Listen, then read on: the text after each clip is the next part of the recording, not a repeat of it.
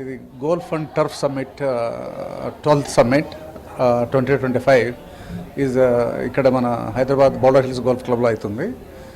First time south ఇండియాలో జరుగుతుంది. ఇంతకుముందు అంతా Delhi or Pune or west or north ఇండియాలో ఉండేది. ఫస్ట్ టైం మనం ఆఫర్ చేసాము. We offered that will host the event this year ఇక్కడ అనేసి. So golf and industry turf summit అంటే basically it is organised by golf industry association, industry body in golf.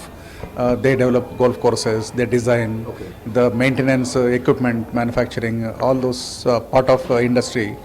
So golf course creation is very important for golfers to play and popularize golf as a sport. రాష్ట్ర సర్కార్ కూడా హైదరాబాద్ ను మరింత విస్తరించాలని ప్రణాళికలు రచిస్తోంది. దీంతో బిల్డర్లు, డెవలపర్లు తమ వెంచర్లలో అంతర్జాతీయ స్థాయి గోల్ఫ్ కోర్సులను ఏర్పాటు చేస్తున్నారు. దీంతో పాటు ప్రీమియం లగ్జరీ విల్లాలను నిర్మిస్తున్నారు. రాష్ట్ర సర్కార్ నిర్మించబోతున్న ఫ్యూచర్ సిటీలో మరో 2 అంతర్జాతీయ గోల్ఫ్ కోర్సులని నిర్మించనున్నారు గోల్ఫ్ ఇండస్ట్రీ అసోసియేషన్. చూస్తే కనుక ఒక 3-4 years లో the number of golf players has actually doubled almost in the city of Hyderabad.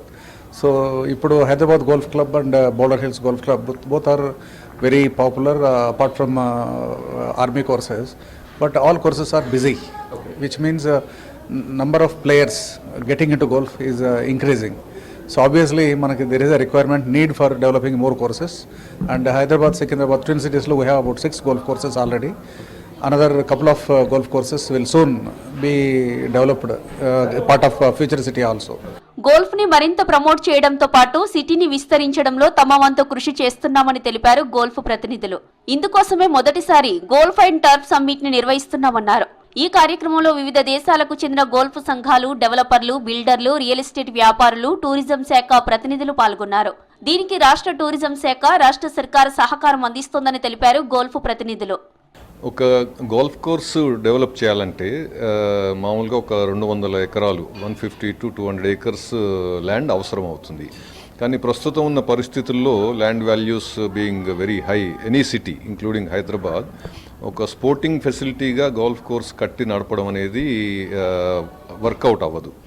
కాకపోతే ఈ లైఫ్ స్టైల్ అంటే ఇన్కమ్స్ పెరిగి చాలామంది విల్లా కమ్యూనిటీస్లో విల్లాస్ కొనుక్కోవాలనే మార్కెట్ బాగా పెరగడం వలన real estate project with golf course అనే కాన్సెప్ట్ వరల్డ్ ఓవర్ బాగా సక్సెస్ఫుల్ కాన్సెప్ట్ అన్నమాట. సో ఒక విల్లా ఓనర్ టిపికల్లీ టుడే హైదరాబాద్లో 4 కోట్ల నుంచి 10 కోట్ల వరకు ఇన్వెస్ట్ చేయడానికి రెడీగా ఉన్నారు.